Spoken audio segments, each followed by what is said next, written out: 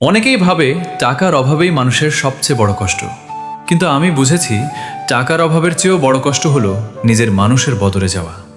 যখন আমার হাতে টাকা ছিল না, তখন ধীরে ধীরে পরিবারের মানুষের আচরণ বদলে যেতে লাগলো। যে মানুষগুলো একসময় আমার হাসিতে হাসতো, তারা আজ আমার নীরবতাও বুঝতে চায় না। আমার চেষ্টাগুলোকে কেউ দেখেনি, শুধু দেখেছে আমার খালি পকেট। আমি দিন রাত পরিশ্রম করেছি, পরিবারের মুখে হাসি ফোটানোর স্বপ্ন দেখেছি, কিন্তু যখন ব্যর্থ হয়েছি, তখন পাশে থাকার বদলে অনেকেই আমাকে দোষ দিয়েছে।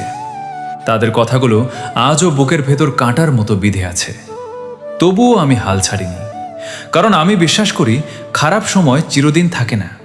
একদিন হয়তো আমিও সফল হব। সেদিন কাউকে কষ্ট দিয়ে নয়, বরং প্রমাণ করে দেখাবো মানুষের মূল্য তার টাকায় নয়, তার সততা, পরিশ্রম আর ভালোবাসায়।